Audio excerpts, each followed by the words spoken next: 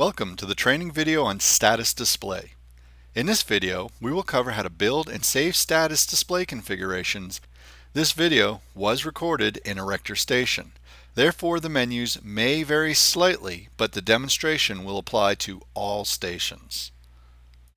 Status display allows the user to create simple to complex settings that can either color or mask, which is hide, items in the model.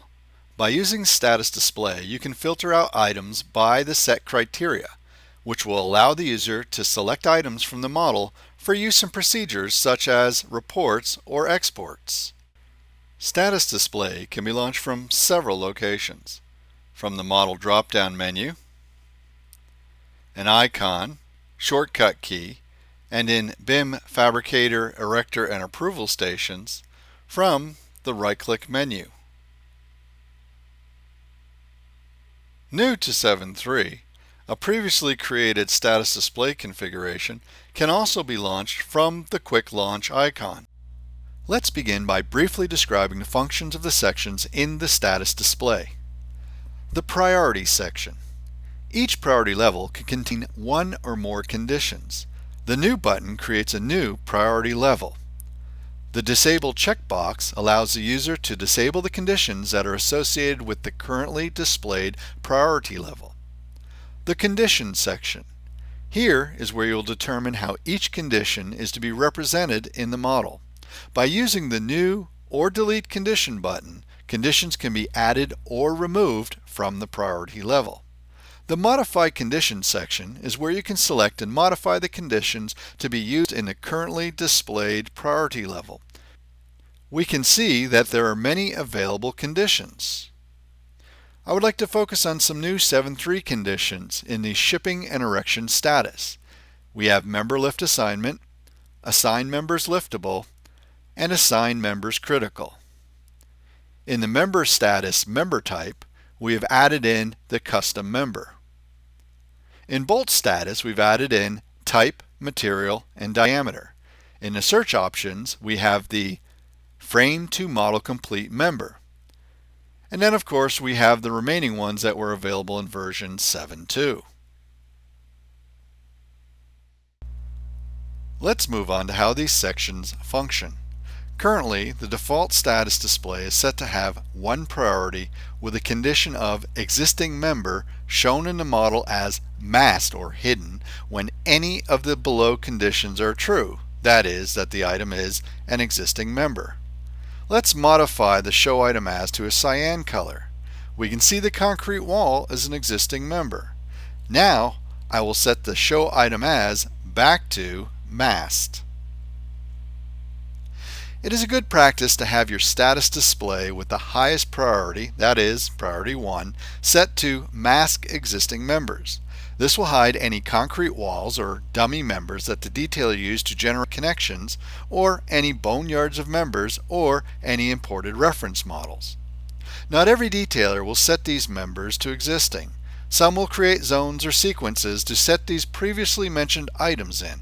You will need to communicate with the detailer on their procedure. As stated earlier, we have one priority level containing a masked existing member condition. I will create a new priority level. We can see that we are currently working in priority 2.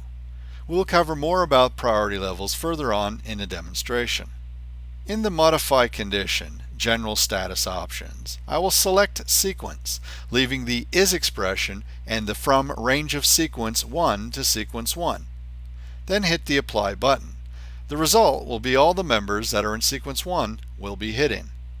Using the little yellow filing cabinet icon on the right of the Modify Condition line, I will remove the highlighted Sequence 1 and drag the mouse from Sequence 2 to 5, selecting them, and then OK to close the screen. We now see the ranges from Sequence 2 to 5. I will select the Apply to see the results. The result will be only Sequence 1 will be displayed in the model.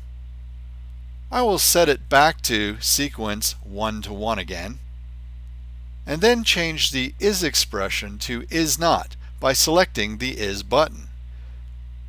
Select the Apply button. The The result will be the same as the previous operation where only sequence 1 is displayed in the model. After selecting the OK button, I am prompted to name and locate where I am to save this current status configuration.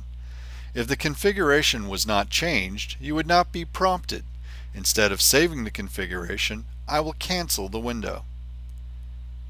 You will notice that the status display configuration remains active, masking every sequence but sequence 1 and the existing members. These status display settings will remain active until you either change or cancel the status display or you exit the modeling window. When I run the status display again and do not make any changes, then select the OK, we can see that I am not prompted to save. To remove this prompting, I will remove the check in the User Options Configuration tab from the Prompt to Save configuration after changes. You will also notice that you can select and set the default status display configuration used for the first launch of the status display in the modeling window. Now when I open the status display, as mentioned earlier, the status display I was working on remains loaded in the configuration screen. But remember, the configuration has not yet been saved. If I were to exit my modeling window, the status display configuration would go back to the default and my work would be gone. Since I turned off the option to prompt, it is now up to me to save what I have done. Let's select the Save As. I would like to point out the Design Data folder in the SDS2 Conf Status folder. This folder is a backup containing all the default statuses that are installed with SDS2. It is important not to save any configurations in this folder because this folder is completely overwritten with each install of SDS2. I will locate my job folder and create a subfolder within the job called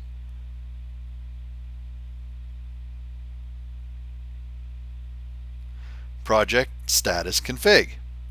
Then save the configuration folder in the folder, calling it James. This way, when I send the project out to another discipline, the status configuration will be included in the job. On the bottom near the middle of your screen, you will notice a checkbox icon that states Status Display. When I remove the check, the currently loaded status display configuration will be turned off. When checked, the current status display will be turned on. This can also be tied to a shortcut key. To the right of that icon, you will see an icon displaying the currently loaded status configuration with the path and an SDS2 yellow Browse button next to it. Using the Browse button, I can load any configuration without having to open the status display configuration screen. I will load the default configuration, and then I will reload the James configuration back.